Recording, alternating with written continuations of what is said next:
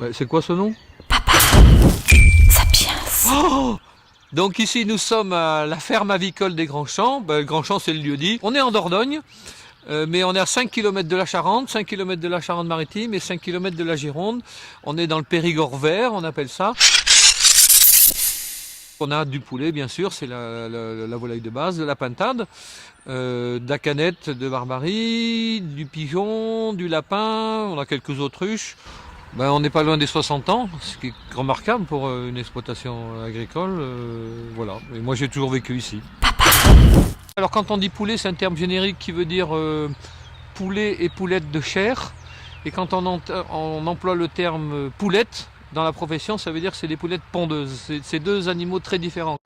Et parfois on me demande ah c'est du poulet fermier, il court dehors. Ah surtout pas madame, c'est pas du fermier.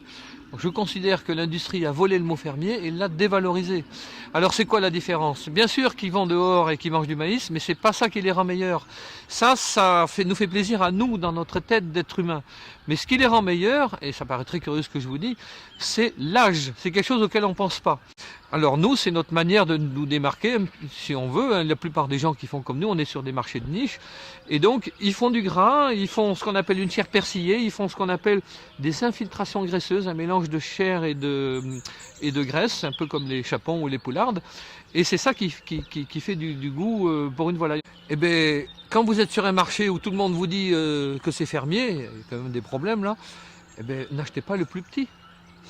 Prenez les plus gros. S'ils sont gros, ils seront vieux, ils seront bons. Là, il n'y aura pas de problème. Donc on a beaucoup de bistrots, la plupart des bistrots connus de Paris. Mais on a aussi quelques petits revendeurs de haut de gamme. Et je pense notamment à Papa Sapiens qui est dans le 17e au marché Poncelet. Là on s'adresse quand même avec Papa Sapiens à des gens qui sont vraiment épicuriens et qui peuvent goûter par eux-mêmes sans se faire influencer par tout un marketing.